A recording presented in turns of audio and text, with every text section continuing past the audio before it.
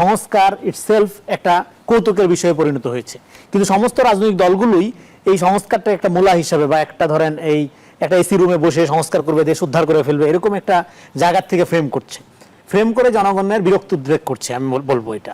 তো সেখানে বিএনপি খুবই ব্যতিক্রম।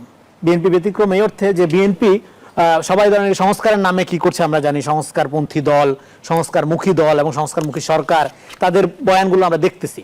দেখার মধ্যে 16 মাসে দেখলাম যে আমরা সংস্কারের ফলাফল জনগণ পাইল না। এনসিপি বলতে পারবে তারা যে জোটে যোগ দিয়েছে সেই জোটের প্রধান দল নারীর সমান অধিকার বিশ্বাস করে না, এবং তারা সেটা বলেছে যে এটা পূর্ব নির্ধারিত, এটা ঐশী নির্ধারিত বিষয়, এটার বিরুদ্ধে যাওয়া যাবে না। তাহলে কি করে তারা জুলাই সনদ বাস্তবায়নের কথা বলেন যেখানে নারীর সমান অধিকার? জুলাই সনদে পরিষ্কার বলা আছে নারী শুধু নয়, লিঙ্গ ভেদে, জাতি ধর্ম বর্ণ সকল কিছু ভেদে বাংলাদেশের নাগরিক যারা তাদেরকে সমান আচরণ করতে হবে। পাহাড় এবং সমতলে সমান আচরণ, নারী পুরুষের সমান আচরণ, অন্য কোনো লিঙ্গ থাকলে সেই লিঙ্গের প্রতি সমান আচরণ, সকল ধর্মের প্রতি সমান আচরণ, সব বলা হয়েছে না? তাহলে নারীর প্রতি এই যে বৈষম্য, সেই বৈষম্যকে যারা টিকিয়ে রাখার জন্য সংগ্রাম করছেন তাদের সঙ্গে তারা যুক্ত হয়েছেন, আর তারা বলছেন তারা জুলাই সনদের পক্ষে আছেন। প্রায় 18 বছর পর বিটিভির পর্দায় রাজনৈতিক নেতাদের ফেরা কিভাবে দেখছেন? ডেফিনেটলি এটাকে সবার আগে সবাইকে সালাম এবং কৃতজ্ঞতা জানাই যারা আমাকে দেখছেন শুনছেন।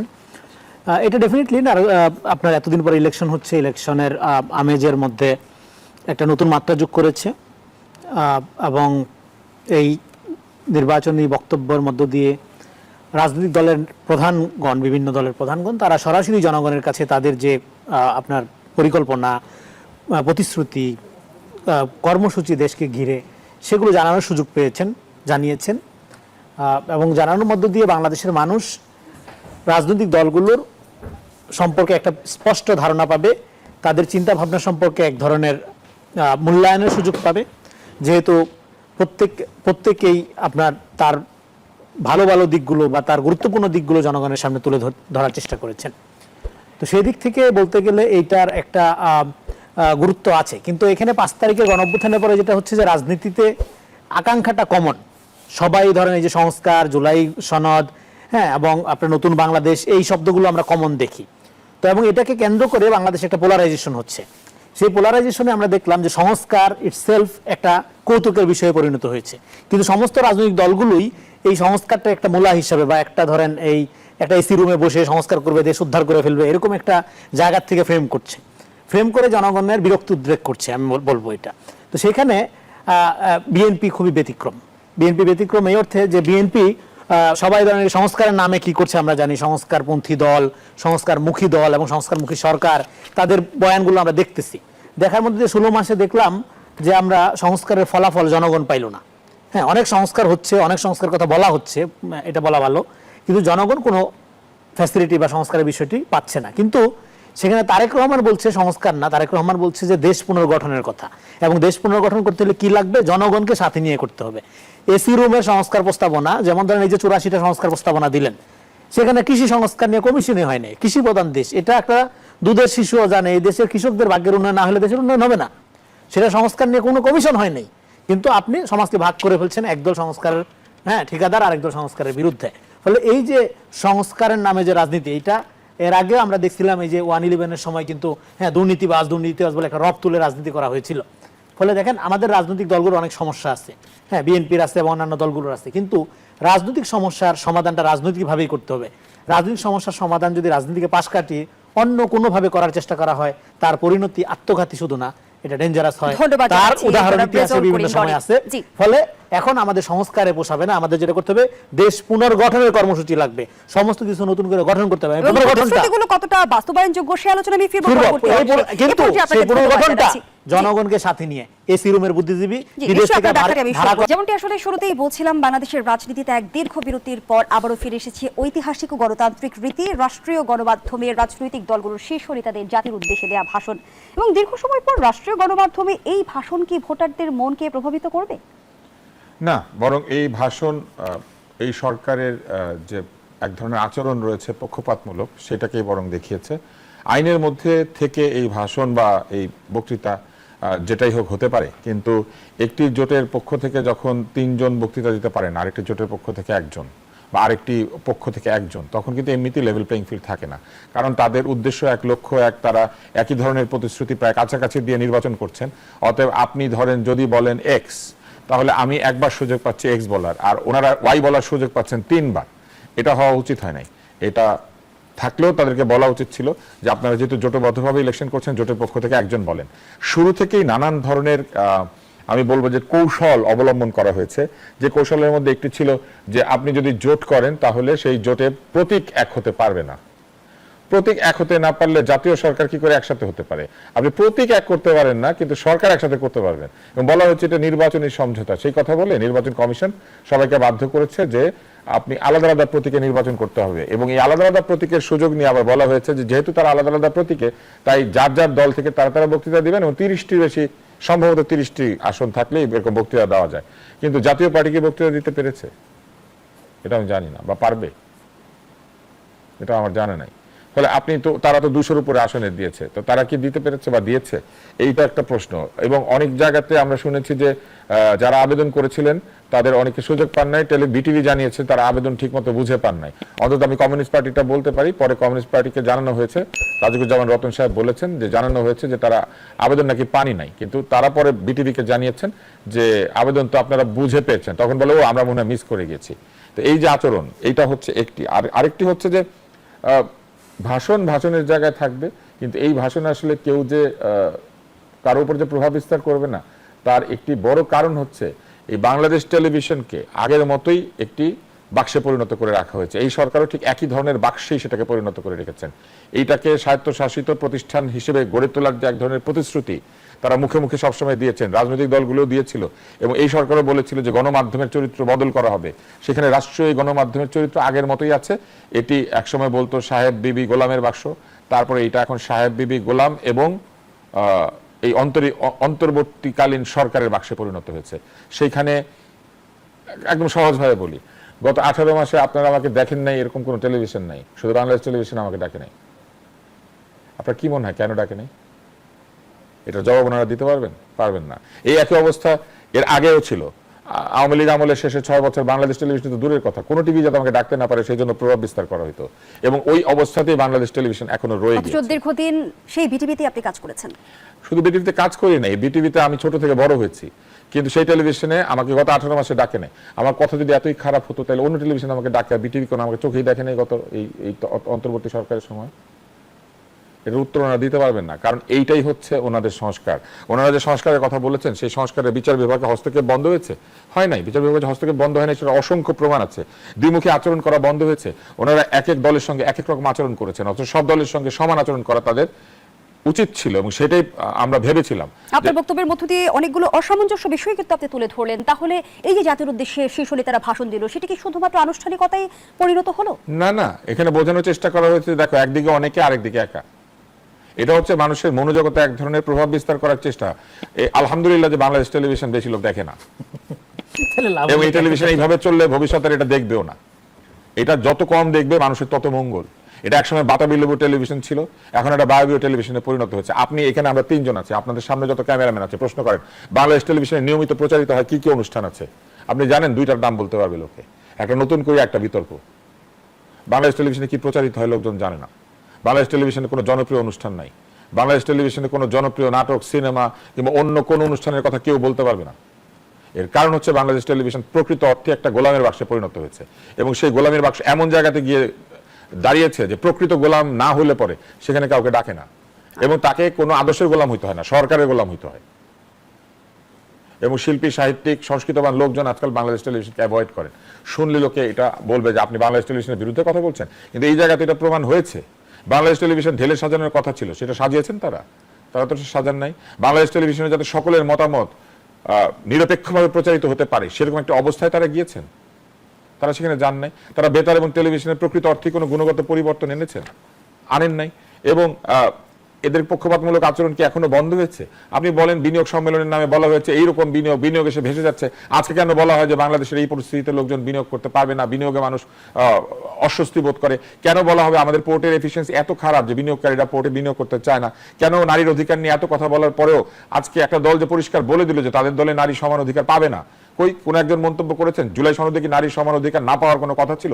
জুলাই সনদের পক্ষে যারা, তারা যে একসঙ্গে বলছেন যে আমরাই জুলাই সনদের পক্ষে, অন্য দিক পুরোপুরি জুলাই সনদের পক্ষে নাই, এরকম একটা অভিযোগ কিন্তু উঠেছে। কিন্তু এই যে 3-4 জন বক্তৃতা দিয়েছেন যে জোট থেকে, এরা সবাই জুলাই সনদের কথা বলছেন। এনসিপি বলতে পারবে তারা যে জোটে যোগ দিয়েছে সেই জোটের প্রধান দল নারীর সমান অধিকার বিশ্বাস করে না, এবং তারা সেটা বলেছে যে এটা পূর্ব নির্ধারিত, এটা ঐশী নির্ধারিত বিষয়, এটার বিরুদ্ধে যাওয়া যাবে না। তাহলে কি করে তারা জুলাই সনদ বাস্তবায়নের কথা বলেন যেখানে নারীর সমান অধিকার? জুলাই সনদে পরিষ্কার বলা আছে নারী শুধু নয়, লিঙ্গ ভেদে, জাতি ধর্ম বর্ণ সকল কিছু ভেদে বাংলাদেশের নাগরিক যারা, তাদেরকে সমান আচরণ করতে হবে। পাহাড় এবং সমতলে সমান আচরণ, নারী পুরুষের সমান আচরণ, অন্য কোনো লিঙ্গ থাকলে সেই লিঙ্গের প্রতি সমান আচরণ, সকল ধর্মের প্রতি সমান আচরণ, সব বলা হয়েছে না? তাহলে নারীর প্রতি এই যে বৈষম্য, সেই বৈষম্যকে যারা টিকিয়ে রাখার জন্য সংগ্রাম করছেন তাদের সঙ্গে তারা যুক্ত হয়েছেন, আর তারা বলছেন তারা জুলাই সনদের পক্ষে আছেন।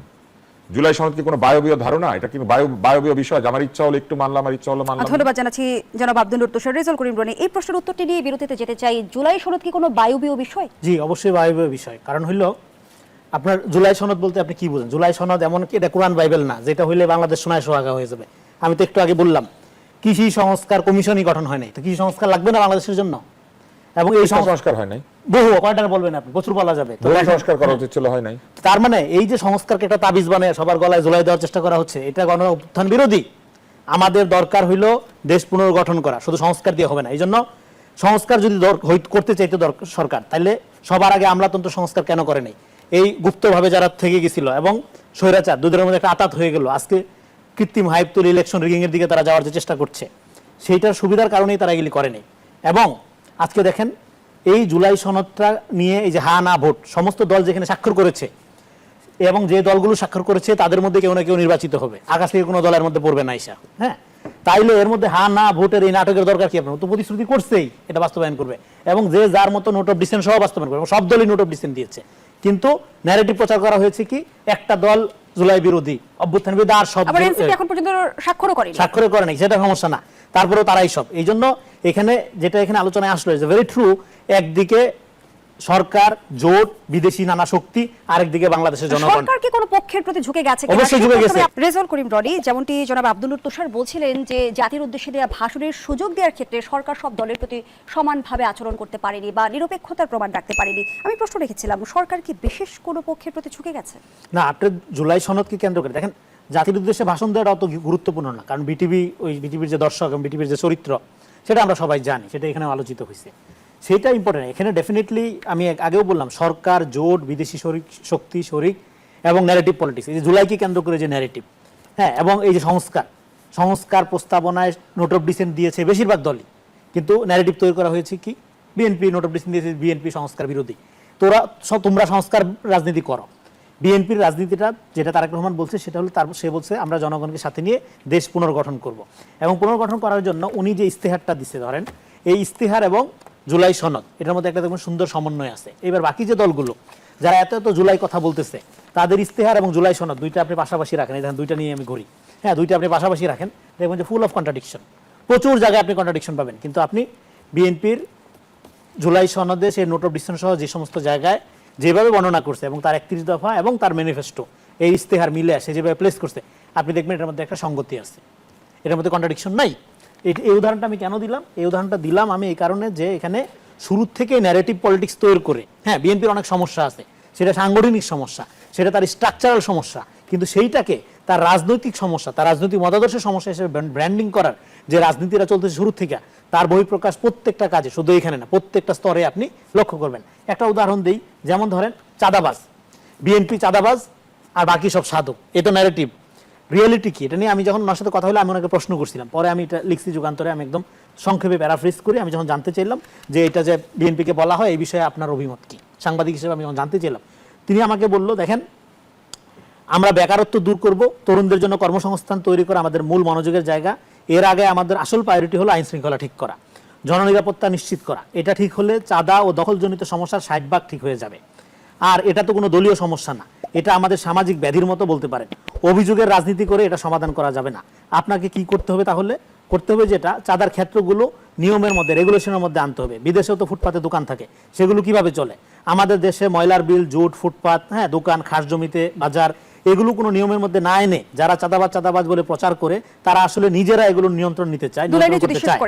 শেষ করছি, চাঁদাবাজির সমস্যা দূর করা তাদের আসলে উদ্দেশ্য না। ফলে এই সমস্যাটাকে নিয়ে নোংরা রাজনীতি আমরা করতে চাই না। কোনো চাঁদাবাজ শহীদ জিয়া এবং বেগম খালেদা জিয়ার বিএনপিকে প্রতিনিধিত্ব করে না, এটা জনগণ জানেন। আমরা দেশ গঠনের যে কর্মসূচি নিয়েছি সেটা বাস্তবায়নের প্রক্রিয়াতে চাঁদাবাজি দখলবাজি সমস্যার সুন্দর সমাধান হয়ে যাবে। শেষ করি, হয়ে যাবে আশা করি। যারা এসব নিয়ে মিথ্যা বয়ানের রাজনীতি করেন, যারা এসব নিয়ে মিথ্যা বয়ানের রাজনীতি করেন তাদের বিষয়টা জনগণই ঠিক করবে। That was his position. তার মানে কি একদিকে ন্যারেটিভ পলিটিক্স, এজন্য এখানে আপনি দেখবেন এই নির্বাচনটা এক সেকেন্ড শেষ করি, এই নির্বাচনটা হতে যাচ্ছে একদিকে হলো প্রোপাগান্ডা বনাম পরিকল্পনার নির্বাচন, প্রোপাগান্ডা বনাম পরিকল্পনার নির্বাচন, প্রোপাগান্ডা বনাম পরিকল্পনার ভোট। ডাক্তার আব্দুল নূর তুষার, এবারও আমরা দেখছি ভোটের আগে রাজনৈতিক দলগুলো পাল্টাপাল্টি অভিযোগ করছে ইলেকশন ইঞ্জিনিয়ারিং এর ক্ষেত্রে। আসলেই কি এমন কোনো সম্ভাবনা রয়েছে কিনা, নাকি ভোটের ফল বিপক্ষে গেলে প্রত্যাখ্যান করার ক্ষেত্র তৈরির চেষ্টা চলছে? ভোটের ফল বিপক্ষে গেলে ক্ষেত্র তৈরি না হলেও লোকজন প্রত্যাখ্যান করে, এটা একটা পুরনো অভ্যাস। সেই পুরনো অভ্যাস যদি আমরা এবার দেখি তাহলে বুঝবো কোনো কিছুই বদলা নেই। সংস্কার প্রথম তো শুরু হওয়ার কথা নিজের মনে, তো সেই সংস্কার যদি শুরু না হয়ে থাকে তাহলে ভোটে হেরে গেলেই ভোট ভালো হয় নাই এই বলাটা বন্ধ করতে হবে। যৌক্তিকভাবে প্রতিবাদ জানালে কিন্তু ক্ষেত্র তৈরির প্রয়োজন হয় না, কারণ ভোট নিরপেক্ষ না হলে ক্ষেত্র তো এমনিতেই প্রস্তুত হয়। কিন্তু যদি আমরা দেখি যে ভোট ঠিক মতোই হয়েছে কিন্তু কেউ কেউ শুধু হেরে যাওয়ার কারণে এই ধরনের কথা বলছেন, তাহলে ধরে নিতে হবে যে তারা আসলে আগে থেকেই হেরে গেলে এই কথা বলবেন বলে প্রস্তুত হয়েছেন। তবে এক ধরনের ক্ষেত্র প্রস্তুতের চেষ্টা আছে, সেটা লক্ষ্য করা যায়, এবং সেই ক্ষেত্রে প্রস্তুতের চেষ্টার অংশ হিসেবে আপনি দেখবেন যে প্রায় সকলের বিরুদ্ধেই কিছু কিছু দল অভিযোগ জানিয়ে রেখেছে। নির্বাচন কমিশন, সরকার, লেভেল প্লেইং ফিল্ড হয় নাই, সরকার ঝুঁকে গিয়েছেন, এরকম কথা নিরপেক্ষতা নিয়ে প্রশ্ন উঠছে কোন দিকে বেশি। প্রশাসনের নিরপেক্ষতা, লটারি করতে হবে, এখনো গুপ্ত লুকিয়ে আছে বা এখনো আওয়ামী লীগাররা বসে আছে, এরকম অভিযোগ কোন দিক থেকে বেশি হচ্ছে সেটা দেখলে আপনারা বুঝবেন যে কারা আসলে ক্ষেত্র প্রস্তুত করার চেষ্টা করছে, যে ভোট যদি না যেতে তাহলে কি কি বলতে হবে বা কিভাবে ভোটকে প্রত্যাখ্যান করতে হবে। আমার তো ধারণা যে ভোটের দিন ও দুপুর 12টার মধ্যে অনেকে বলে বসতে পারেন যে আমি এই ভোট মানি না, কারণ 12টা 1টার মধ্যে বোঝা যায় আসলে যে কি ঘটতে যাচ্ছে বা কি হবে। ফলে আমাদের একেবারে শেষ মুহূর্ত পর্যন্ত অপেক্ষা করতে হবে কেউ কেউ ভোটের মাঝখান থেকে সরে যান কিনা। আপনি বলেন এই ভোটে এমন দলও অংশ নিচ্ছে যারা বলেছিলেন নির্বাচন হতে দেওয়া হবে না, গণভোট আগে তারপরে নির্বাচন, তা না হলে নির্বাচন হতে দেব না। তো নির্বাচন হতে দেব না এই শব্দকে আপনি কখনো, আমার হয়তো কথার মধ্যে মনে হবে এরকম যে আমি কোনো পক্ষ নিচ্ছি, নির্বাচন হতে দেব না এই কথা কি কখনো বিএনপি বলেছে? কিন্তু এর বাইরে একাধিক দল বিভিন্ন সময় বলেছে আমাদের কথা অনুযায়ী না হলে নির্বাচন হতে দেব না। নির্বাচন হতে না দেওয়ার এখতিয়ার কি কোনো দলের রয়েছে? তা নাই, কিন্তু তারা কেন বলেছিলেন এই কথা? তার মানে তারা এই কথা বিশ্বাস করেন না, শুধু তারা মনে করেন যে তাদের মন মতো না হলে নির্বাচন হতে না দেওয়া যায়। তো যারা মনে করেন যে তাদের কথা মতো না হলে নির্বাচন হতে না দেওয়া যায়, তারা নির্বাচনের ফলাফল মন মতো না হলে তো ইজিলি বলতে পারবেন এই নির্বাচন মানি না। মানি না বলা সহজ, এবং আপনি দেখবেন যে তারা বিভিন্ন জায়গাতে মানি না এই কথা বলে বিভিন্ন সময় আন্দোলন করেছেন। কিন্তু বিশেষজ্ঞরা তো বলছেন যে এবারে নির্বাচনে সাইলেন্ট রেভলিউশনও ঘটে যেতে পারে, সেটির আসলে নেপথ্যে কি কারণ থাকতে পারে? ডাক্তার আব্দুল নূর তুষার, বিগত 3টে নির্বাচনে মানুষের মধ্যে যে ভোট দিতে যে শঙ্কা আমরা দেখেছি বা যে অতীত দিয়ে মানুষের পথ চলতে হয়েছে, সেই বিষয়টি আমরা কতটা কাটিয়ে উঠতে সক্ষম হলাম? আগের নির্বাচন যেগুলি হয়েছে সেইগুলির নিরপেক্ষতা নিয়ে মানুষের মনে সন্দেহ ছিল, মানুষ ভোট দিতে যায় নাই, কারণ তারা ধারণা করেছে যে ভোট দিয়ে কি লাভ হবে, এটা তো আগেই ফলাফল নির্ধারিত হয়ে আছে। কিন্তু ভয় ছিল না যে ভোট দিতে গেলে কেউ ভোট দিতে দিবে না, উল্টা ভোট দিতে গেলে সবাই খুশি হচ্ছিল, কারণ তারা তো জালিয়াতি করেই রেখেছে, কিছু ভোটার দেখাতে পারলে খুশি হয়। আপনি গুলশানের মতো এলাকাতে অতি অল্প সংখ্যক ভোটার ভোট দিয়েছিল একটা ইলেকশনে, যেটা খুবই অস্বাভাবিক, কিন্তু এটা ঘটেছে আগে। কিন্তু এইবার যেটা হয়েছে, এইবার ভোটের আগেই লোকজন ভয় পাচ্ছে যে ভোট হবে কিনা, ভোট হলে কি হবে, ভোটের পরে অবস্থা কি হবে। এর কারণ কিন্তু একটা আইনশৃঙ্খলা পরিস্থিতি উন্নত করতে অন্তর্বর্তী সরকারের ব্যর্থতা। যদি আইনশৃঙ্খলা পরিস্থিতির উন্নতি হতো এই অন্তর্বর্তী সরকারের সময়, তাহলে এই সংখ্যা একদমই থাকতো না। এবং আমরা যেমনটি জানি যে আগামীকাল সকাল 7টায় প্রচারণা শেষ হচ্ছে, কিন্তু আমরা জানি যে শেষ মুহূর্তে কিন্তু এক ধরনের টাকা লেনদেনের প্রয়াস চলে বা বিভিন্ন আমরা দেখি যে ভোটারকে প্রভাবিত করার অপচেষ্টা চলে, সেগুলো নিয়ন্ত্রণে মাঠ প্রশাসনের ভূমিকা কেমন দেখছেন? মাঠ প্রশাসন কিভাবে চেষ্টা করছে আমি ওইভাবে জানি না, তবে টাকা লেনদেনের ব্যাপারে একটি সমস্যা হতে পারত, যেটা মনে করা হয়েছিল নগদ, বিকাশ, রকেট এইসব জিনিসের লেনদেন হয় এমএফএস এ, এইটাকে সীমিত করা হয়েছে, এটা একটা ভালো দিক। এটার দাবি আমরা টকশোতেই তুলেছিলাম, এটা রাজনীতিবিদরা তোলেন নাই। এবং আমার মনে হয় যে অনেক সতর্ক থাকতে হবে যাতে করে এই টাকা লেনদেনের কোনো সুযোগ তৈরি না হয়। আজকে আমি একটা ভিডিও দেখেছি যেখানে একজন এক হাতে ভোটের প্রচারপত্র, আরেক হাতে টাকা নিয়ে দিচ্ছেন এবং বলছেন যে উনি দরিদ্র, ওনার ব্যবসা খারাপ, তাই আমি কিছু টাকা দিয়েছি। উনি দরিদ্র, ওনার ব্যবসা খারাপ, উনি এটা হাতে ভোটের প্রচারপত্র সহ গিয়ে দিবেন কেন? উনি বলবেন যে আপনি দরিদ্র, এবং এটা ভোটের 3 দিন পরে দিলে কি হইতো? ভোটের আগে হঠাৎ উনি দরিদ্র, উনি কি এমনিতে এইভাবে দোকানে দোকানে টাকা দিয়ে বেড়ান? সেটা তো উনি বলেন না। রেজাউল করিম রনি, আমরা যেমনটি দেখেছি যে ভোটের আগে ভোটারদের বিভিন্নভাবে প্রভাবিত করার এক ধরনের চেষ্টা চলে, আবার একই সময় আমরা দেখি যে প্রচারণা বন্ধ হওয়ার পর ভোটের দিন পর্যন্ত যে সময়টি আছে সেটি আবার গুজব ছড়ানোরও একটা সময় হিসেবে ব্যবহার করা এটা হয়। ভোটের এটা প্রচার রোধে কি করণীয়? ভোটের অনেক আগে থেকে এই মাঠটা অস্বাভাবিকভাবে টক্সিক করে তোলা হয়েছে সোশ্যাল মিডিয়াতে, প্রচার প্রপাগান্ডা। সোশ্যাল মিডিয়াতে ধরেন একটা দল সকাল বিকাল সরকার গঠন করতেছে, আমরা দেখতে পাচ্ছি। হ্যাঁ, তো ফলে রিয়েল মাঠ ওইরকম না। দেখেন, আরেকটা হলো নির্বাচনের রেজাল্ট নিয়ে একটা শঙ্কা জনগণের মধ্যে আছে। গণভোটের রেজাল্ট যাই হোক, এটা যেহেতু বাস্তবায়ন করতে দলগুলো প্রতিশ্রুতিবদ্ধ আগেই সাইন করছে, এটা রেজাল্ট আপনারা 6 মাস পরে দেন, যেহেতু এটা নতুন যুক্ত হয়েছে, অসুবিধা নেই। কিন্তু জাতীয় নির্বাচনের যে রেজাল্ট, যেটা আগে যেভাবে দ্রুত সময়ের মধ্যে হইতো, ঠিক সেইভাবেই প্রকাশ হইতে হবে। এবং এইবারের নির্বাচনটা দেখেন, 2008 সালের নির্বাচনে যারা এখনো সকাল বিকাল অনলাইনে সরকার গঠন করতেছিল, সর্বশেষ 2008 সালের নির্বাচনে তারা পপুলার ভোট সর্বমোট পাইছিল কত জানেন? 32,89,967টা। তো তারপরে 17 বছরে মামলা হামলার শিকার হয়েছে কতজন জানেন? বিএনপির 50 লাখের উপর। আচ্ছা, 17 বছরে তাহলে তাদের ভোট বাড়ছে, তো ভোট দিলাম ডবল বাড়ছে, হ্যাঁ, একদম ডাবল হয়ে গেছে। সে ডাবল হইলেও তো মামলা যে লোক, যতগুলো লোক মামলার শিকার হয়েছে সেই সংখ্যায় হওয়ার কথা না। তারপর ঠিক আছে, আওয়ামী লীগ নাই, আপনি নতুন সিচুয়েশন, গণ অভ্যুত্থান হয়েছে, ভোট বাড়া এক জিনিস, সিট বাড়া আরেক জিনিস। ফলে আপনারা যে সমস্ত কৃত্রিম হাইপ তুলতেছেন সেইটা আপনারা করেন, আপনারা ফেসবুকে সরকার গঠন করেন, হ্যাঁ, আপনারা সমস্ত ওই জরিপে, হ্যাঁ, আপনার ক্যাবিনেট গঠন করে ফেলেন। মাঠে এইবারে নির্বাচনটা হলো বাংলাদেশকে জেতানো নির্বাচন, এবং সেই নির্বাচনটার গুরুত্বপূর্ণ আপনার আপনার কর্তব্য যেটা, সেটা হলো দেশ গঠন করা। সংস্কার নিয়ে আপনারা থাকেন, এসি করে সংস্কার নিয়ে আপনারা থাকেন, দেশ গঠনের জন্য এই নির্বাচন দরকার। প্রত্যাশার মন্তব্য নিয়ে শেষ করব। আমি আশা করি যে নির্বাচন আমাদের আশানুরূপ হবে, অর্থাৎ নিরপেক্ষ এবং নিশ্চিদ্র নিরাপত্তার মধ্যে দিয়ে সকলেই ভোট দিতে পারবেন, এবং ভোট গুণে যিনি জিতেছেন তাকেই বিজয়ী করা হবে। নির্বাচন নিয়ে টালবাহানা হবে না, এটা আমরা আশা করি। এবং নির্বাচনের দিন ইন্টারনেটের গতি কমিয়ে দেওয়া যদি হয়, অথবা সিসি ক্যামেরা হঠাৎ কাজ করে না যদি বলা হয়, অথবা নির্বাচন কেন্দ্রে 1 ঘন্টা বিদ্যুৎ ছিল না, এইসব যদি বলা হয়, তাহলে আমরা ধরে নেব যে এই নির্বাচন